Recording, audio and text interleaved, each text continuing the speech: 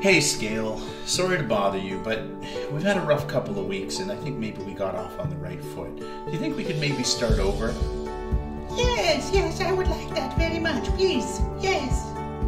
Oh, okay, well, you seem kind of pleasant. Yes, let's be friends. What do you need? Well, I was just hoping to get into the 220s. I've kind of been stuck in the low 230s for a few weeks now. You think you can help me out? Oh, no problem. Step on, please.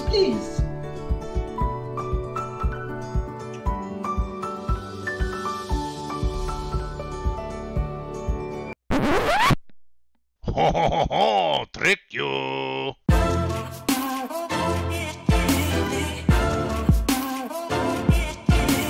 What's up, Sugar Junkies? Checking in on day 43 of sugar sobriety. 43 days without any carbs or sugar. I mean, very little carbs anyway. If you asked me if it would have felt this easy to get here at the time, I would have said no. Because when you're off the wagon and you're having difficulty, it seems like it's impossible to do something like this. But you get through those first 3 weeks and it becomes a breeze and you realize it's easier than you thought it was. It's sort of like you have this voice in the back of your head trying to make it more difficult for you than it really needs to be. So let's not waste any time. We all know you're here for results. So let's go to the gym. Welcome back to the gym, guys. Day 46, week 6. A little bit of good progress this week, I'd say. We got another 1.5 pounds, so 2 pounds in 2 weeks. Not spectacular, but if I could get 1.5 pounds every week, that's pretty steady, and I'd be pretty happy with it. I feel like we've broken through the plateau that we were in for the last couple of weeks, and progress is being made, and that's all that really matters. Lost another inch on the waist. I'm down to 41.5 inches, so that would be about 5 inches off my waist. It's really starting to come through now. Now I'm still smuggling a small inner tube, but it's coming along. As you can see from the side, I've lost a ton of gut. I forget which side I did last time, so we'll just do both. But you can see a little bit of harsh light here. We got a lot of snow reflecting in from outside. But you know, I'm comfortably in the heavyset gentleman category now, I'd say. At 230.0, close enough to the 220s. Should easily get into the 220s this week, hopefully with a little bit of progress. So what did I do differently this week? Not much. Did probably 30 minutes of cardio every day. So that was a pretty big one. Like, I've really settled into my cardio now. And I did weights probably 6 out of the 7 days. I did like a 3-day cycle and then I repeated it. Nothing crazy, probably a total of 6 sets. 3 sets of one body part, 3 sets of another. Nothing crazy at all. Like, I'm seriously spending under an hour at the gym every day. And it's a pretty mild workout. I'm not killing myself. I'm just trying to get myself back in shape, trying to bring the old arms back, and trying to put on a little muscle. If you have a little more muscle, now your body has to metabolize more food to take care of that muscle. It's a little bit easier to lose the fat. Not planning on changing much this week. I think we've had a pretty good couple of weeks here and I'm happy with the way things are going. If it ain't broke, don't fix it. So I'm gonna keep going along this path. No new changes, no new wrinkles thrown in at this time. So we'll check in again next week. We'll see you then. So 1.5 pounds and another inch off my waist. The waist is the thing I'm most happy with because I can really see it in my midsection now. Like, you know, 3 more inches maybe, and then I'll really start to actually be able to wear human clothing again, which I can't wait for, to be honest. I'm sick of track pants and scrubs.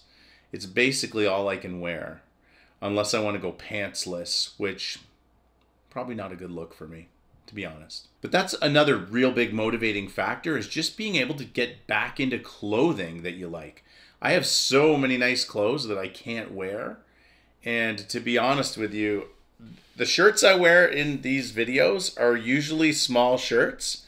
But if you saw under here, it's like a halter top. It doesn't, I'm not going to blind you, but it doesn't come up too far down past the waist. It's not something I'd wear out in public. So when we talk about motivation, this is the key. You have to find what motivates you. For me, the biggest motivating factors are A, I just want to be able to do fun stuff with my kids, and I want to be around a long time for my kids. Could you imagine living life addicted to sugar, overweight, out of shape, feeling sick all the time. Your kids want to play with you and you feel too tired to even play with your kids. That's no life that I want. And that was like, I started feeling that way and it was killing me. Nobody wants that.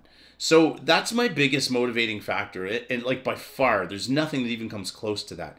Other things, I just want to look and feel good. It, feels good to look good. Number 2, my breathing. Just in the last year, my breathing has taken a huge hit. I've always had asthma in my adult life, not really as a kid, but it was very, very minor. I never used a puffer. It was really almost nothing. Now, in the past year, it's just gotten terrible. Is it related to my weight gain? I would guess so. My breathing, if you look in my first videos, my breathing compared to now, it's like night and day. I still struggle for breath here and there. You can probably catch it when I'm talking. But, in my first videos, I think you can really pick it up on the mic. You can hear me breathing like Darth Vader. It's pretty bad. So the most important thing I can tell you is that there's no shortcuts here and there's no easy ways to take care of this. If you're like me, you have an addiction and there's no middle ground here. You can't treat yourself. If I were an alcoholic, I wouldn't be treating myself to a beer once a week for being a good boy and not drinking beer all week. That's the best way that I can describe this for you. So, the key here is going to be to dry ourselves out of carbs completely. It's going to be very difficult. This first week is going to be almost like torture. So as I lose more weight, we'll see if that helps. But I can't imagine that it wouldn't. Carrying around an extra 60 or 70 pounds on your frame is just more of a struggle. So you're going to constantly be out of breath even if you're healthy. So, again, it all comes down to what motivates you. Those are my motivating factors. Those are what work best for me. You have to decide what it is for you. Is it more worth it to you for that few seconds of pleasure that you get when you're eating that junk and then feeling like garbage for the next day or week or month or year? Or is it more worth it to you to feel great all the time? I'm so giddy. I feel so good now.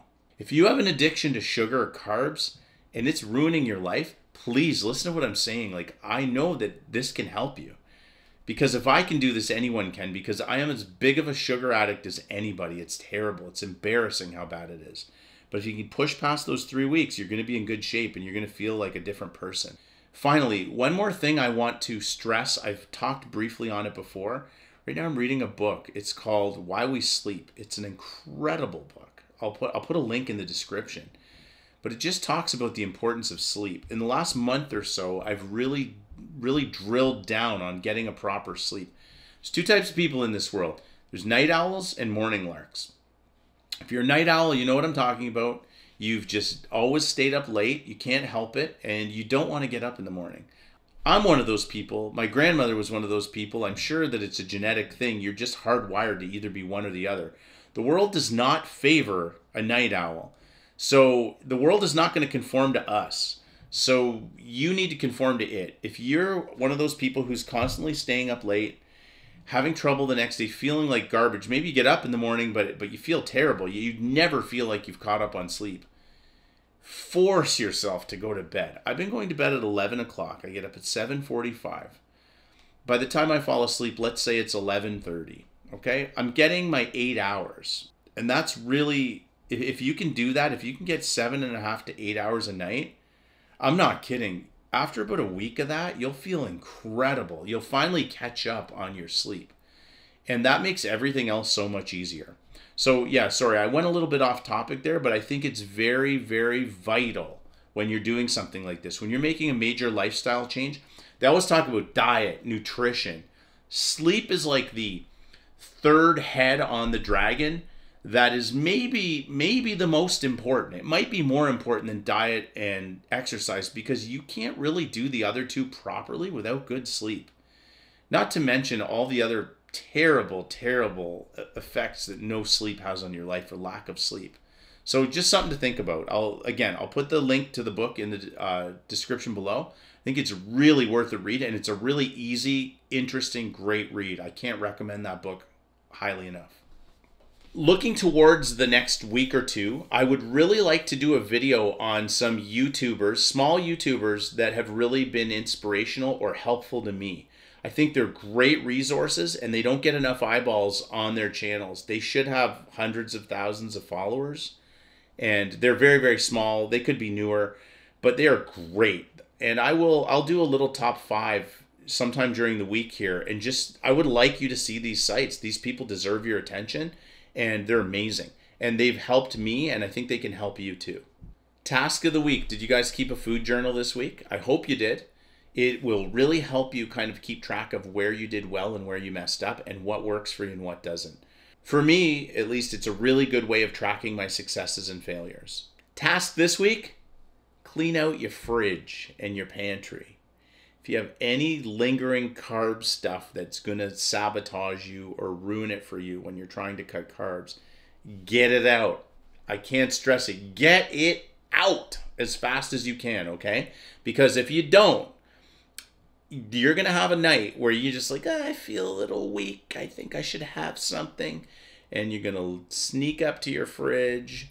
And instead of there just being boring stuff in there that's healthy and good for you, you're going to find something that is just going to be a yes for you. I don't know what that is for you. Whatever. You go to your pantry and there's some chips in there. And then that's going to lead to worse. And then you're going to spiral. And then you're going to be upset with yourself. So clean out your fridge. Clean out your pantry. Just get the junk out of your house. And that doesn't mean just your fridge and pantry. If there's a different place where you store junk, get it out. I don't want you to get off on a technicality here. So that's it for this week. Hopefully my relationship with my scale continues to be a positive one.